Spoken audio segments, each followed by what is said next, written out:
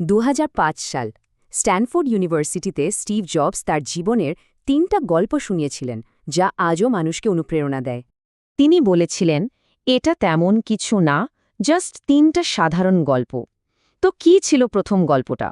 প্রথম গল্পটা হলো কানেক্টিং দ্য ডটস নিয়ে, মানে জীবনের ছোট ছোট ঘটনাগুলোকে এক সুতোয় বাঁধা।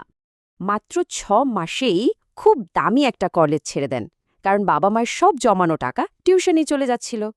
কলেজ ছাড়ার পর জীবনটা সহজ ছিল না। বন্ধুর ফ্লোরে ঘুমাতেন, বোতল বেচে খাবার কিনতেন, কিন্তু কিউরিওসিটি ছাড়েননি।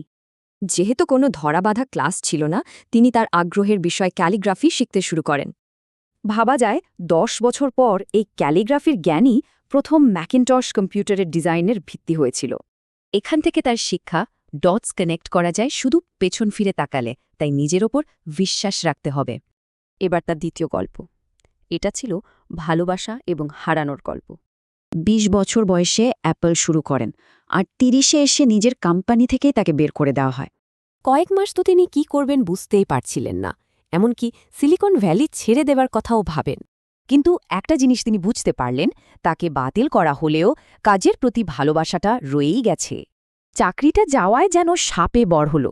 শুরু হলো তার জীবনের সবচেয়ে ক্রিয়েটিভ একটা সময়। অবাক করা ব্যাপার হলো, অ্যাপল তার কোম্পানি নেক্সটকে কিনে নেয়, আর এভাবেই তিনি অ্যাপলে ফিরে আসেন। তার ভাষায় অ্যাপল থেকে চাকরি যাওয়াটা ছিল তার জীবনের অন্যতম সেরা একটা ঘটনা। বিশ্বাস হারানো যাবে না। আর তার শেষ গল্পটা ছিল মৃত্যুকে নিয়ে। টানা ৩৩ বছর ধরে প্রতিদিন সকালে আয়নার সামনে তিনি নিজেকে এই একটাই প্রশ্ন করতেন। এই ভাষণের প্রায় ১ বছর আগেই তার প্যানক্রিয়াটিক ক্যান্সার ধরা পড়েছিল। ডাক্তাররা তো বলেই দিয়েছিলেন হাতে আছে আর মাত্র ৩ থেকে ৬ মাস। কিন্তু ভাগ্য ভালো, বায়োপসিতে ধরা পড়ল এটা সার্জারি করে সারানো সম্ভব, আর সার্জারি সফলও হয়। মৃত্যুর মুখোমুখি হয়ে তিনি বুঝলেন মৃত্যুই আসলে জীবনের সেরা আবিষ্কার, যা নতুনের জন্য জায়গা করে দেয়। মনে রাখতে হবে আমাদের সময় সীমিত, তাই অন্যের জীবনযাপন করে তা নষ্ট করার কোনো মানেই হয় না। সবশেষে তিনি তার প্রিয় একটা পত্রিকার শেষ সংখ্যার একটা ছবি আর বার্তার কথা বলেন। ছবির নিচে লেখা ছিল মাত্র ৪টি শব্দ: ক্ষুধার্ত থেকো, বোকা থেকো।